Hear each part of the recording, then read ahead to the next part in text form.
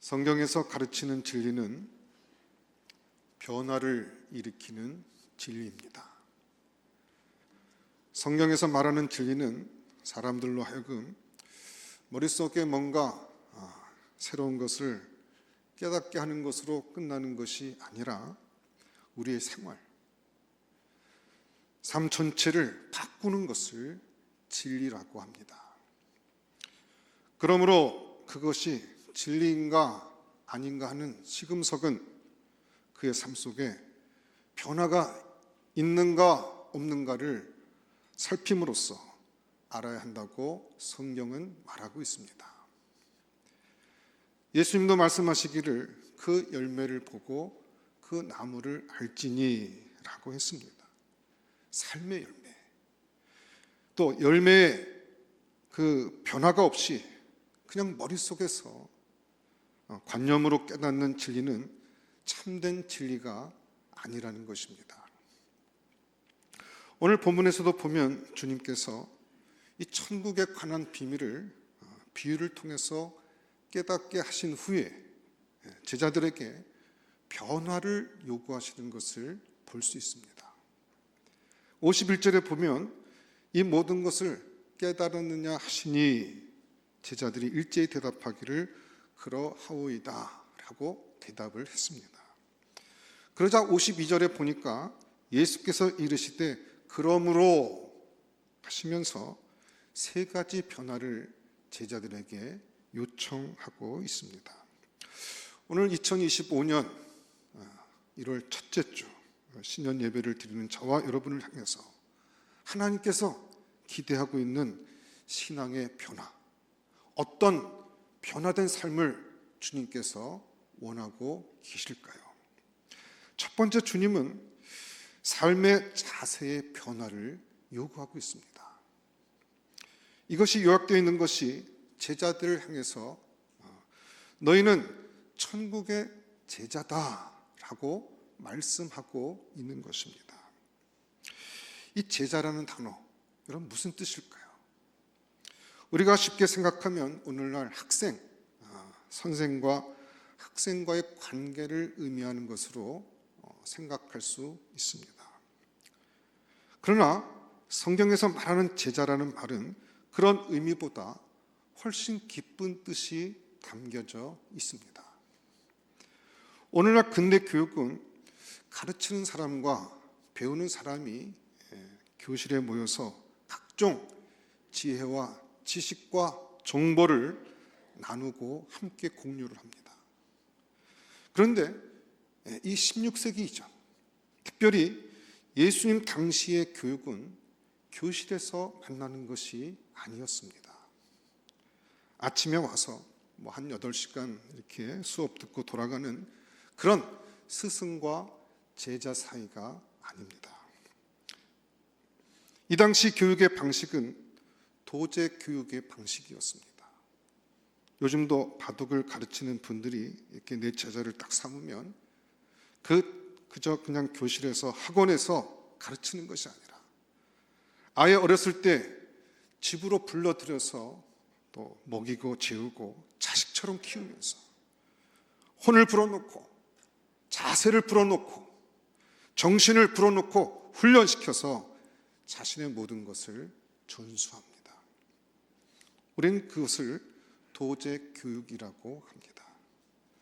오늘날 예술이나 어떤 특별한 기술을 가르칠 적에도 그냥 단순한 기술만은 가르치는 것이 아니라 그것의 정신, 혼을 불어넣는 작업을 오랫동안 삶을 나누면서 함께 하는 것입니다. 그것이 바로 성경에서 말씀하고 있는 제자라는 개념입니다. 이 당시에는 제자가 되려는 사람들은 단순히 집에서 책가방 메고 도시락 가지고 왔다 갔다 해서는 제자가 될 수 없었습니다. 부모를 떠나고 생업의 모든 것을 떠나서 스승님과 함께 동거동락하며 같이 살아야 했습니다. 예수님의 제자들도 예수님과 3년간을 같이 생활하면서 예수님의 인격과 주님의 삶과 철학과 자세와 가르침을 배웠습니다. 스승과 제자와의 관계, 삶에 나눔이 없는 교육은 그냥 허망한 것입니다. 또한 여기 제자라는 것은 전인격적으로 구도자적인 자세를 나타냅니다. 삶의 근본적인 이치들과 그 숨겨진 진리들을 찾고 기능적인 지식이나 먹고 사는 기술이 아니라 무엇을 추구하는 삶을 살 것인가에 대한 가치를 추구하는 진지한 구도자적 자세로 살아가야 한다는 것입니다. 그게 제자의 기본적인 소양이라는 것입니다. 여러분, 주님의 진리를 깨달은 사람에게 제일 먼저 일어나야 하는 것은 제자로서의 바른 자세, 제자로서의 삶의 모습을 먼저 갖춰야 한다는 것입니다. 예수 믿는 사람들의 특징은 남보다 더 많은 지식이나 더 많은 기능적 기술이나 생존의 기술이나 성공을 하기 위해서 예수님을 쫓는 것이 결코 아닙니다. 우리의 삶의 진정한 목표와 방향이 바뀌는 변화가 우리 삶 가운데 먼저 있어야 한다는 것입니다. 진정한 삶의 가치는 무엇인가? 라는 방향의 전환이 시작된 삶, 그와 같은 제자의 삶, 그와 같은 구도자적인 제자의 마음을 갖추는 것이 먼저 우리 가운데 있어야 한다는 것입니다. 나의 24시간 전 삶을 통해서 구도자적 제자의 삶을 갖추는 것이 얼마나 중요한 줄 모릅니다. 어떻게 해야 주님을 쫓아가는 삶을 살 수 있을까? 주님은 이런 일들에 대해서 어떻게 해석하실까? 내게 부닥친 이 문제에 대한 주님의 인도하심은 과연 어떻게 나타날까? 주님은 어떻게 생각하시고 또 어떻게 행동하셨을까? 이런 구도자적인 자세가 마음속에 먼저 일어나지 않게 되면 아무리 성경 공부나 혹은 그 밖에 무슨 기도 프로그램에 들어와도 그 인생은 근본적으로 바뀌지 않습니다. 우리는 먼저 제자로서의 자세, 너희는 먼저 천국의 제자, 하나님 나라의 제자라고 했는데 제자로서의 자세를 갖춘 삶이 우리 가운데 먼저 변화된 삶의 첫 번째 삶으로 주님은 말씀하고 있습니다. 종교개혁자 마르틴 루터는 제자훈련 한 번도 받은 적이 없어도 하나님의 나라에 또 하나님의 교회를 새롭게 하는 하나님 나라의 제자였습니다. 그의 삶에 있었던 흔적들을 보면 더 분명하게 알 수가 있습니다. 그는 종교개혁자가 되기 전에 자기 삶 속에 진리를 구하는 자세가 아주 튼튼한 사람이었습니다. 그는 종교개혁자가 되거나 신앙이 되기 전에 인문주의자였고 우주와 역사 속에 감춰져 있고 삶 속에 감춰져 있는 지식과 지혜를 찾으려고 애썼던 사람이었습니다. 그는 18살에 법학을 공부했습니다. 그리고 그는 1512년, 그러니까 그의 나이 29이 되었을 때 신학 박사 학위를 얻었습니다. 그리고 그때부터 신학 박사가 되어가지고 비텐베르크 대학에서 성경을 가르치기 시작했습니다. 그리고 1513년부터 1515년까지는 시편을 강의했고 1515년부터 1517년까지는 로마서를 깊이 연구했습니다. 그러다가 소위 그 탑석의 체험을 그가 경험하게 됩니다. 사람이 구원을 얻는 것이 율법의 의나 로만 카톨릭에서 가르치는 그 거룩한 공로를 통해서 구원을 얻는 것이 아니라 오직 예수 그리스도를 믿는 믿음으로만 구원을 얻는다는 그 진리를 그는 도서관 탑석에 한 꼭대기에서 그는 발견하기 시작합니다. 그리고 그가 1517년 10월 30일, 우리가 보통 종교개혁주일로 지키는 바로 그날 95개 조항으로 당시의 그의 나이 34살에 자기가 얻은 진리를 밝히기 시작합니다. 그는 처음부터 종교개혁을 하려고 95가지 조항을 내건 사람이 아니었습니다. 루터가 95개 조항을 내걸었던 성문이 있었는데, 이 성문은 그 비텐베르크 대학의 정문이 아니라 사람들이 안 다니는 소록길의 뒷문에다 붙였습니다.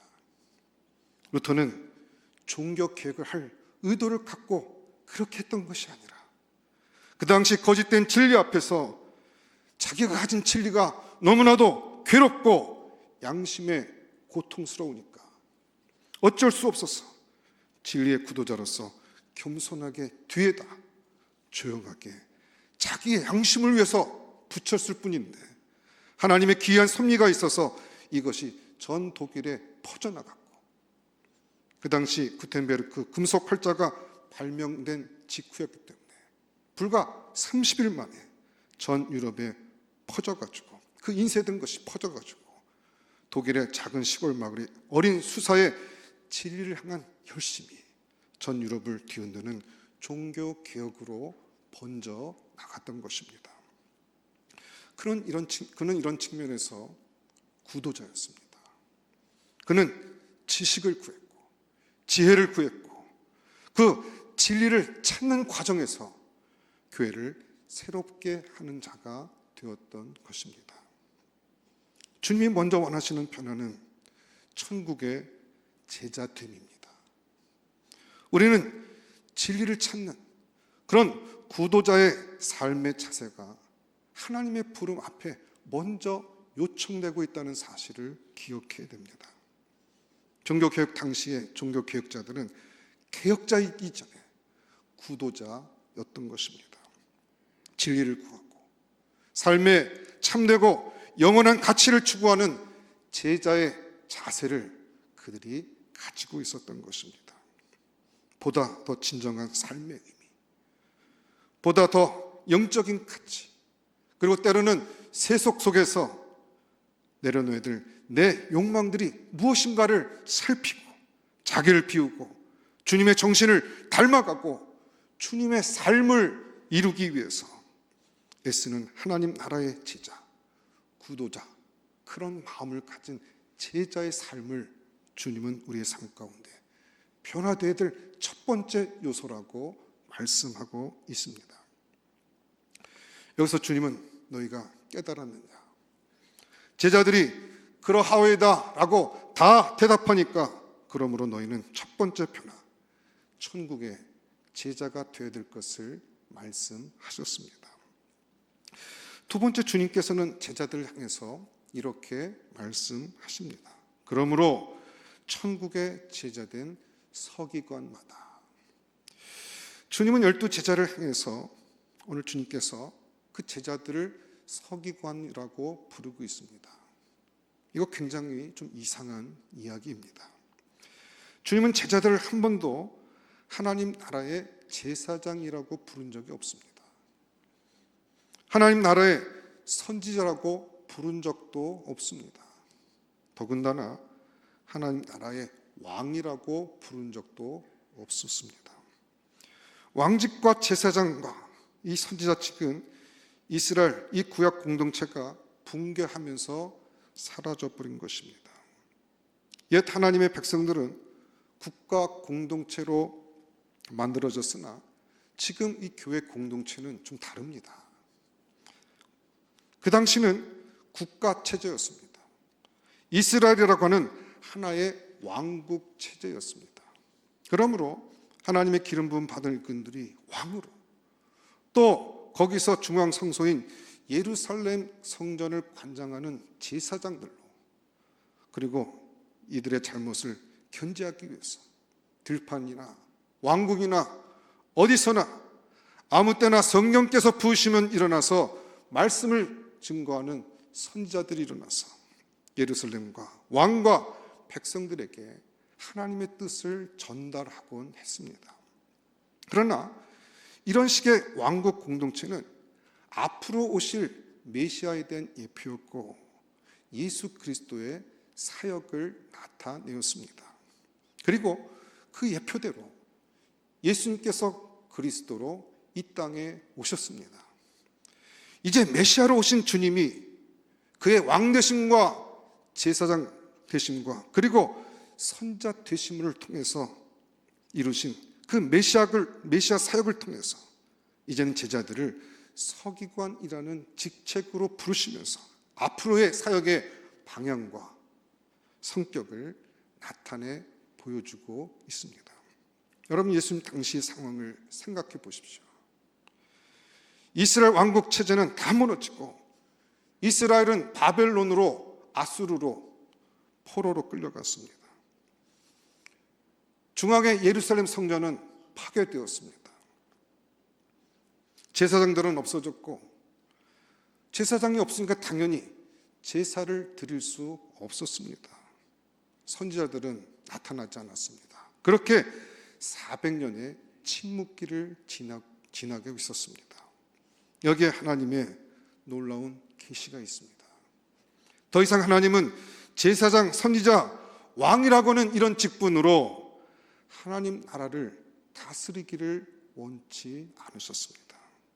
하나님께서는 새로운 사람들을 준비시키기 시작했습니다. 이게 성경에 나타난 서기관들입니다. 서기관들이 이게 어떻게 나타났는가 하면 여러분, 성전이 무너지고 온 유대인들이 그 디아스포라처럼 전 세계에 흩어지고 말았습니다. 그렇게 되고 나니까 하나님을 섬길 수 있는 방법이 없어진 겁니다. 그래서 그들끼리 회당이라고 하는 곳을 만들었습니다. 그런데 회당에서는 제사를 드릴 수 없습니다. 오직 제사는 중앙 예루살렘 성전에서만 드릴 수 있기 때문입니다. 그래서 그 회당이라는 곳에 모여서 할 수 있는 것이 말씀을 연구하는 겁니다. 이 토라, 하나님의 율법을 연구를 합니다. 그때 서기관들이 무엇을 했는가 하면 그 말씀을 베끼는 역할을 했습니다. 자꾸 베끼다 보니까 이 성경을 필사하다 보니까 성경에 대한 지식들이 자꾸만 늘어납니다. 성경의 앞뒤 맥락을 알게 되었고 성경의 중심 사상이 무엇인지를 그들이 깨닫기 시작합니다. 자연스럽게 신학이 그들 생각 가운데 자리 잡기 시작을 합니다. 그래서 이 서기관들을 중심으로 바리새파, 삼무의파 이런 그런 박파가 형성되면서 하나님의 말씀을 연구하는 사람들이 나타났고 이 사람들이 이스라엘의 신앙을 예수님 시대까지 이끌고 오게 됩니다. 그리고 예수님이 나타나셨습니다. 주님이 들어오셔서 자기 12사도를 향해서 이제 내가 너희를 하나님 나라의 제사장이라고 부르겠다고 하지 않습니다. 하나님 나라의 선지자로 부르지도 않습니다. 하나님 나라의 왕은 더더욱이나 아닙니다. 주님은 주님의 제자들 향해서 서기관이라고 부르고 있습니다. 여러분, 이거 굉장한 의미를 담고 있습니다. 무슨 소리일까요? 이제 성전 체제에서 회당 체제로, 제사 중심의 신앙에서 말씀 중심의 신앙으로, 형식 중심의 신앙에서 내용 중심의 신앙으로 이 하나님의 나라의 공동체가 바뀐다는 것을 말씀하고 있는 것입니다. 그렇기 때문에 우리가 분명히 알아야 할 것은 주님께서 의도적으로 주님의 제자들을 향해서 뭐라고 불렀습니까? 하나님 나라의 제자의 삶의 자세를 갖추고 그들을 향해서 뭐라고 부르고 있습니까? 너희들은 서기관이다 라고 말씀하고 있는 것입니다. 그러니까 하나님의 말씀을 전달하는 목회자나 또 그 말씀을 듣고 있는 성도들이나 다 한 가지로 무엇입니까? 말씀에 굳건히 서게 될 때 그 말씀 속에서 하나님의 뜻을 깨닫게 되고 그 하나님의 말씀이 근거 같아서 우리의 삶의 중심이 되고 그 하나님 말씀이 우리의 삶 가운데 아주 디테일하게 적용되어질 때 우리 자신은 물론이고 그 가정과 교회 그리고 더 나아가서 세상을 바꿀 수 있는 그 근본적인 힘과 능력은 말씀 가운데 나오기 때문에 주님은 그 제자들을 향해서 천국의 서기관이라고 부르고 있는 것입니다.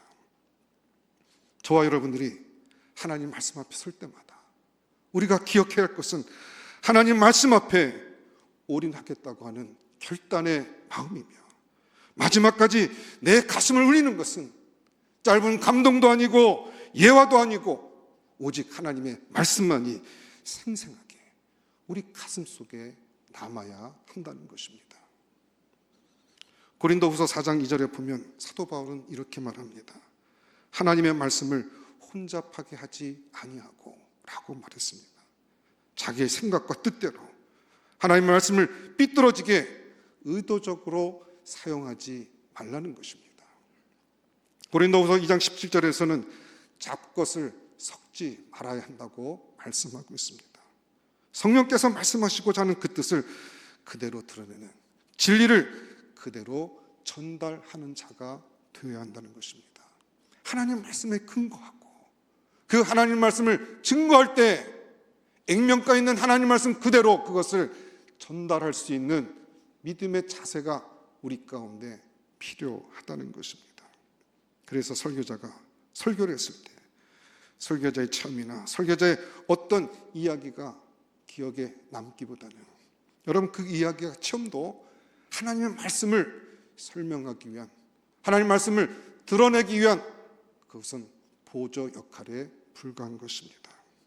그래서 설교가 끝났을 적에 설교자가 인상에 남으면 안 되고 그 설교 가운데 들었던 예화가 인상에 남으면 안 되고 오직 그날의 본문이 마음속에 깊이 각인되어서 떠나는 예배, 이게 종교개혁의 전통이고 주님의 제자된 서기관들이 마땅히 행할 바인 것입니다. 그러면 이 서기관 된 자들이 그 태도를 어떻게 가져야 될 것을 오늘 주님께서 말씀하고 계십니까? 세 번째 보니까 이렇게 말씀하고 있습니다. 그러므로 천국의 제자된 서기관마다 마치 새 것과 옛 것을 그 곳간에서 내오는 집주인과 같으니라. 이 서기관은 첫째로 새 것과 옛 것을 그 곳간에서 내는 집주인과 같다고 했습니다. 여러분, 집주인은 자기 물건이 어느 곳에 있는지 잘 압니다. 그것은 사들이는 최종의 결정을 그 주인이 했기 때문이죠. 창고의 어느 부분에 무엇을 넣어야 할지를 잘 압니다. 그것처럼 이 서기관은 하나님 나라의 제자들은 본문의 집주인과 같이 창고 안에 있는 내용에 대해서 잘 알고 있어야 한다는 것입니다. 어디 가면 식량이 있고 어디 가면 의복이 있고 어디에 뭐가 있는지를 잘 알아야 한다는 것입니다. 특별히 오늘 본문에 보면 새 것과 옛 것을 그 곳간에서 내어오는 이라고 되어 있습니다. 내어온다는 것은 전달한다는 뜻입니다. 그러면 전달해야 되는데 그 전달해야 되는 내용이 무엇입니까? 새 것과 옛 것이죠. 새 것은 무엇입니까? 예수님을 통해서 나타나기 시작한 하나님 나라의 비밀, 즉 복음입니다. 옛 것은 무엇입니까? 모세 율법을 통해서 나타났던 하나님 나라의 비밀입니다. 이것은 옛 비밀입니다. 그것이 옛 것입니다. 이 둘 다를 잘 알아야 한다는 것입니다. 율법과 복음, 구약과 신약을 능히 잘 알아야 되는데 그 둘 다 하나님의 다스림에 대한 어떤 비밀들이 숨겨져 있는데 그것이 옛 것과 새 것이 있다는 것입니다. 여기서 집주인은 누구십니까? 우리 예수님이십니다. 옛 것과 새 것을 알 때 그 주인인 예수님처럼 알아야 한다는 것입니다. 여러분, 예수님처럼 알려면 어떻게 해야 될까요? 우리들이 예수님처럼 알기 위해서는 예수님의 영, 주님의 영, 성령으로 충만해져야 합니다. 청지기가 그 주인의 마음을 아는 길은 그 주인의 영으로 충만해질 때 가능해지는 것이죠. 그래서 우리가 옛 것과 새 것을 잘 알아야 되는데, 이 좋은 청지기가 해야 될 것은 그 곳간에서 내오는 주인과 같다고 했으니까 먼저 뭐가 있어야 됩니까? 그 곳간에 잘 머물러 있어야 됩니다. 곳간에 뭐가 있고 어디에 있는지를 알려면 곳간에서 보내는 시간이 많아야 되는 것은 너무나도 당연한 얘기입니다. 오늘날 우리가 세상살이 너무 바쁘다 보니까 돈은 내겠지만, 헌금은 좀 하겠지만 시간은 안 된다, 이렇게 말하는 사람들이 의외로 많아지고 있습니다. 여러분, 목회자가 제일 먼저 해야 될 일이 있다면 그것은 곳간에 오래도록 머무는 것입니다. 그런데 그 곳간은 무슨 곳간입니까? 하늘에 비밀이 담겨져 있는 곳간입니다.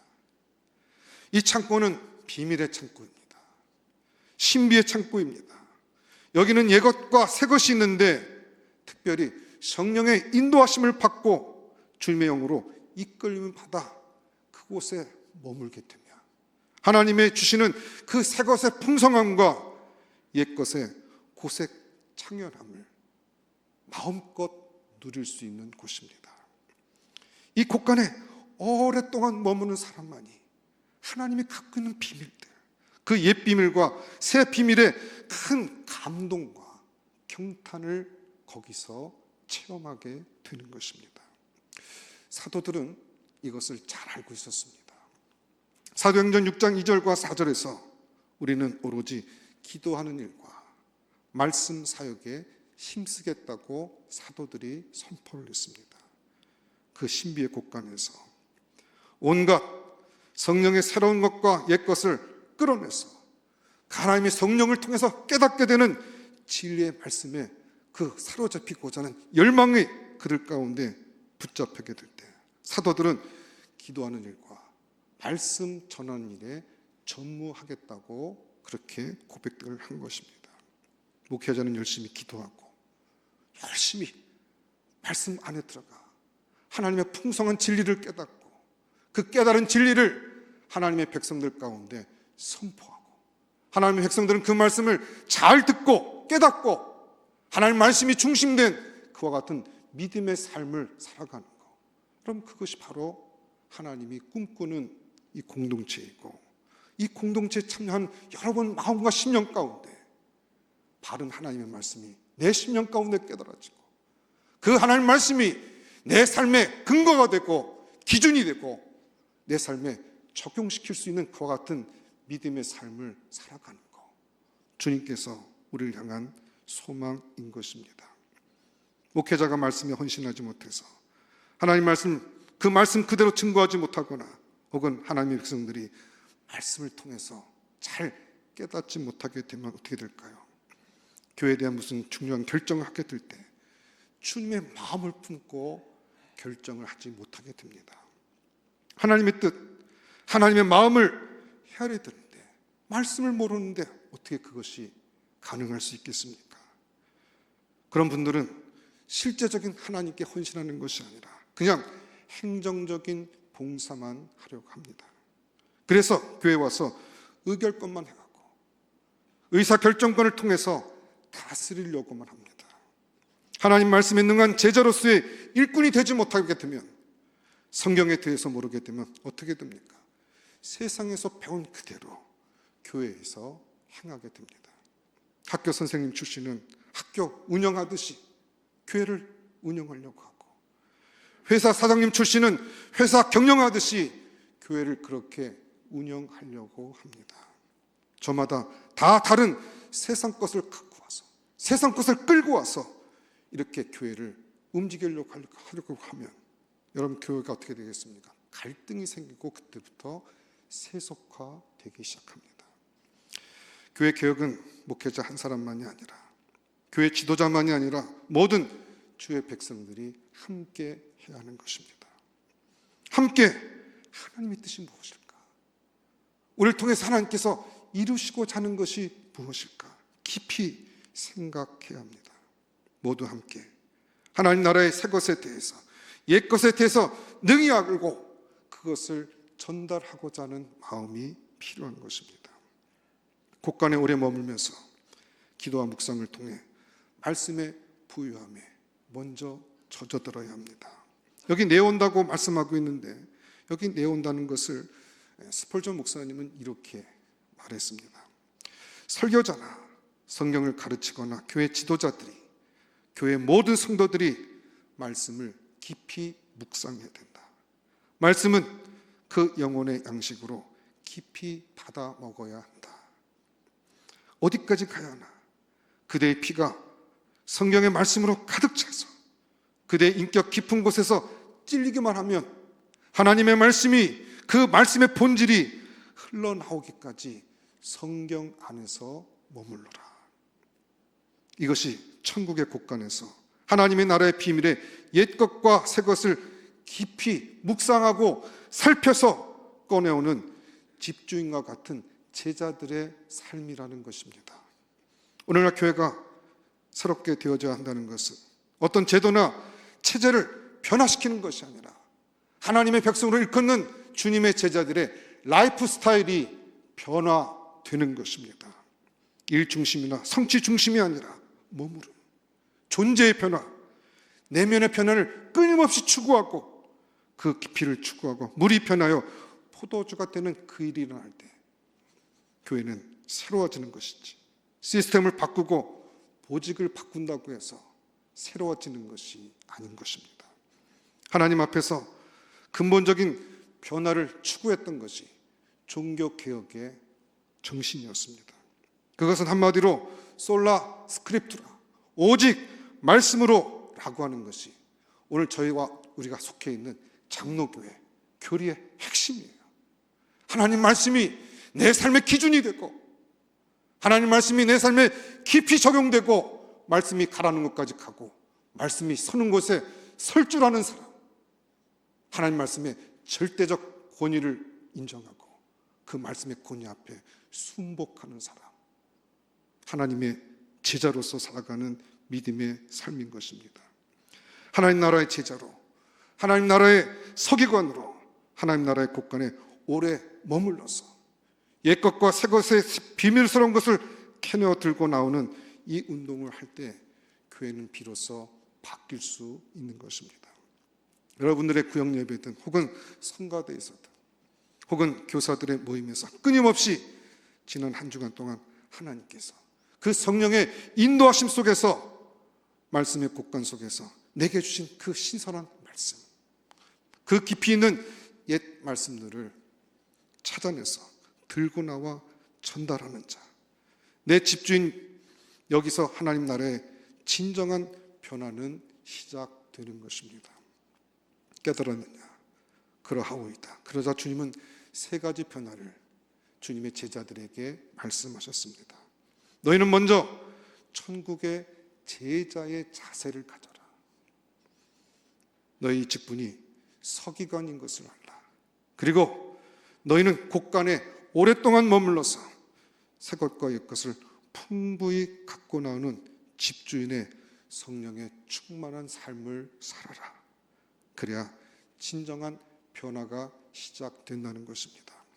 2025년 저와 여러분의 신앙생활에 그와 같은 진정한 변화가 일어나서 하나님 기뻐하시는 하나님의 뜻을 이룰 뿐만 아니라 하나님의 그와 같은 풍성한 은혜 속에 거하고 또 그는 말씀을 증거하고 자랑하며 살아갈 수 있는 2025년 하나가 될 수 있기를 주의 이름으로 축원합니다.